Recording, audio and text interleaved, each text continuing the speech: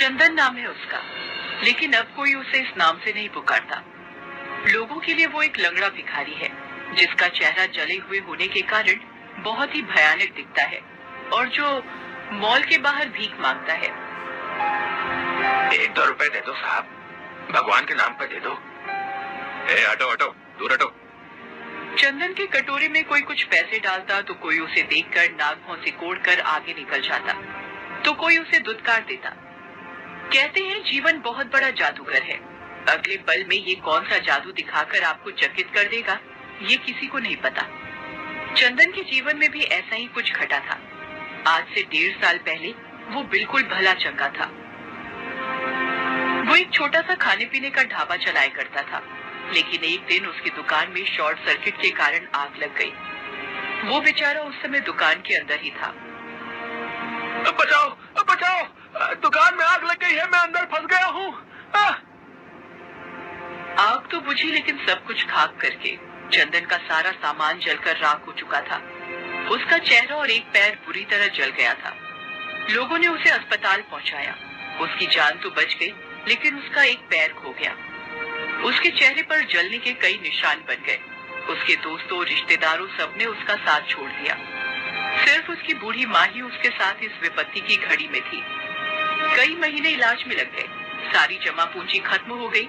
जब अस्पताल से बाहर आया तो सब कुछ बदल गया था, लेकिन पेट तो भरना ही था, अपना भी और अपनी बीमार माँ का भी। उसने बहुत जगह काम मांगने की कोशिश की, लेकिन कोई भी उसे काम देने को तैयार नहीं हुआ। मजबूरी में वो भीख मांगने लगा। एक बार की बात है, जब वो भीख मांगकर अपनी टूटी फूटी झोपड़ी में पहुंचा तो देखा कि उसकी माँ लगातार खांसे जा रही है। खांसते खांसते उनके मुंह से खून भी निकल गया। अम्मा, अम्मा, ये खून कैसे निकल गया?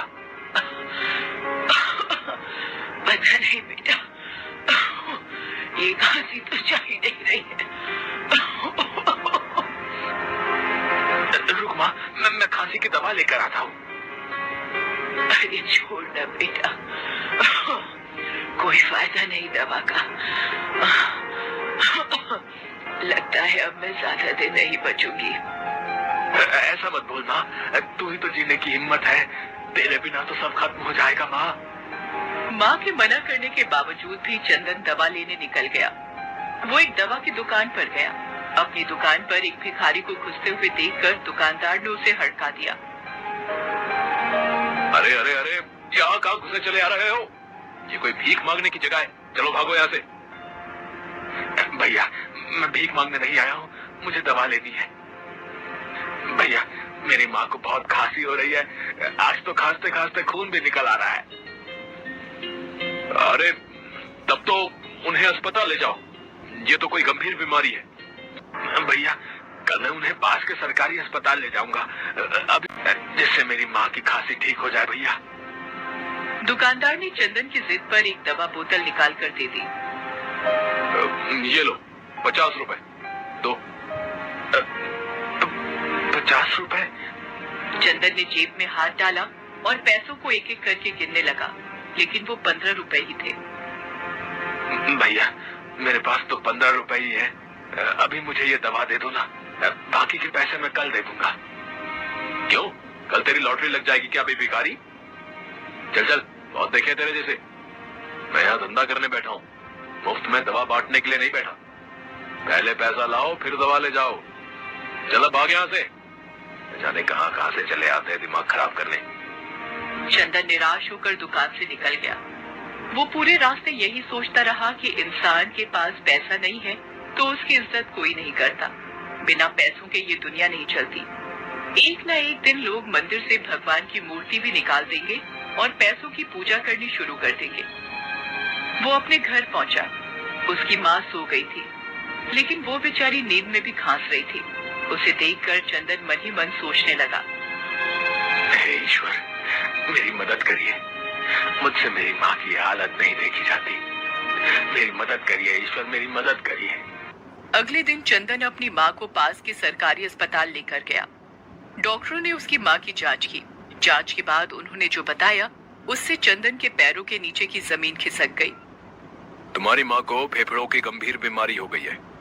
अगर 1 महीने के अंदर उनका ऑपरेशन नहीं हुआ तो कुछ भी हो सकता है, और उस ऑपरेशन में लगभग 2 लाख रुपए खर्च होंगे। 2 लाख? हाँ, और वो ऑपरेशन किसी प्राइवेट अस्पताल में ही होगा। चंदन वापस लौट आया, लेकिन डॉक्टर की बात सुनकर उसके मन में बुरे बुरे ख्याल आने लगे। किसी अनहोनी की आशंका और इतने पैसों का इंतजाम कैसे होगा, ये सोच सोच कर उसका मन डूबा जा रहा था। उसे पता था कि भीख मांगकर तो 2 लाख रुपए नहीं जुटाए जा सकते, वो भी 1 महीने के अंदर। ऊपर से आज किसी मेहरबान की भी नजर उस पर नहीं गई थी, तभी तो उसकी कटोरी खाली थी। तभी उसकी नजर सामने से आ रही एक बहुत ही सुंदर सी लड़की, जिसका नाम शिवांगिनी था, उस पर गई। उसे देखते ही चंदन ने अपना हाथ फैला दिया। भगवान के नाम पर कुछ दे दीजिए मैम साहब, इस गरीब की दुआ लगेगी। तभी उस लड़की ने 500 का नोट निकालकर उसके कटोरे में डाल दिया। अपने कटोरे में पहली बार इतने बड़े नोट को देखकर उसकी आंखें भर आई और उसके मुंह से निकला, भगवान आपकी सारी मुरादें पूरी करे। शिवांगिनी ने उसे मुस्कुरा कर देखा। तभी एक लंबी सी कार उसके पास आकर रुकी। शिवांगिनी उसमें बैठकर निकल गई। उसके जाने के बाद चंदन फिर से 500 के उस नोट को उठाकर देख रहा था कि तभी उसकी नजर अपने कटोरे में पड़ी एक अंगूठी पर गई। अरे ये अंगूठी कहाँ से आ गई? दिखने में तो काफी महंगी लग रही है, डायमंड की है शायद, लेकिन ये कहाँ से आई? हे भगवान, कहीं कहीं अंगूठी उस मेम साहब की तो नहीं है जिसने अभी अभी 500 रुपए मुझे दिए? क्या करूं क्या करूं? कहीं ईश्वर ने ये अंगूठी मेरी मदद के लिए तो नहीं भेज दी? इसे बेचकर क्या पता माँ के इलाज का खर्चा निकल आए। हाँ, मैं इसे बेच देता हूँ, यही ठीक रहेगा। ये सोचकर चंदन एक सुनार के पास उस अंगूठी को लेकर गया। सुनार ने बताया कि ये तो बहुत महंगी अंगूठी है, लगभग 2.5 लाख रुपए देने के लिए भी वो तैयार हो गया। अरे इतने रुपयों में तो माँ का इलाज हो जाएगा। वो ये सोच ही रहा था कि तभी उसकी अंतरात्मा ने उसे ऐसा करने से रोका। ये तो चोरी हुई ना चंदन। माना कि माँ बहुत बीमार है, लेकिन इस तरह किसी की अंगूठी बेचकर माँ का इलाज कराना क्या ठीक होगा? नहीं नहीं, ये अंगूठी मेरी नहीं है। मुझे उस मेम साहब को खोजकर ये अंगूठी देनी ही होगी। चंदन वहां से निकल आया और उस मेम साहब की तलाश शुरू कर दी। लेकिन इतने बड़े शहर में उन्हें ढूंढ पाना इतना आसान तो नहीं था। वो बेचारा हर दिन हर चेहरे में उस मेम साहब को ढूंढने की कोशिश करता, लेकिन वो नहीं मिली। इस बात को 10 दिन बीत गए। एक तो माँ के इलाज की फिक्र, दूसरे मेम साहब की तलाश। यही सोच सोच कर चंदन कई रातों से सोया नहीं था। लेकिन 11वें दिन उसकी नजर उस मेम साहब पर पड़ गई। वो अपनी गाड़ी में बैठकर उसके सामने से निकल रही थी। चंदन अपनी जगह से उठा और लंगड़ाता लंगड़ाता उनका पीछा करने लगा। दाखिल हो गई। चंदन भी अस्पताल के अंदर गया और मेम साहब को आवाज देने लगा। मेम साहब, मेम साहब, मेम साहब। शिवांगिनी ने उसे पलट कर देखा। अरे तुम्हें तो मैंने कहीं देखा है। मेम साहब, मैं मॉल के बाहर भीख मांगता हूँ। 10 दिन पहले आपने मुझे 500 रुपए दिए थे। हाँ, याद आया। पिछले 10 दिनों से मैं आपको ढूंढ रहा हूँ। आप... ये कहकर चंदन ने वो अंगूठी शिवांगिनी को दे दी। शिवांगिनी उसे देखकर चौंक गई। ओह माय गॉड, इस अंगूठी को ढूंढ ढूंढ कर मैं परेशान हो गई थी। तुम्हें पता है, ये मेरी स्वर्गवासी माँ की अंगूठी है। उन्होंने अपनी मृत्यु के पहले ये अंगूठी मुझे दी थी। ये मेरे दिल के बहुत ही करीब है। ये तो मुझे नहीं पता मेम साहब, लेकिन इतना पता है कि यह आपकी अमानत है और इसे आपको सौंपना है। ये कहकर चंदन वहां से जाने लगा। तब शिवांगिनी ने उसे रोका। तुम्हें पता है, मैंने तो इस अंगूठी के मिलने की आस ही छोड़ दी थी, लेकिन देखो ये फिर से मेरी उंगली में है। काश सबकी किस्मत ऐसी ही हो, किसी से किसी की प्यारी चीज कभी ना खोए, और अगर खो जाए तो कोई तुम्हारी जैसा उसे वापस कर जाए। उसकी बात सुनकर चंदन फूट फूट कर रोने लगा। तब शिवांगिनी ने उसके रोने का कारण पूछा। तब चंदन ने उसे अपनी कहानी शुरू से अंत तक बताई।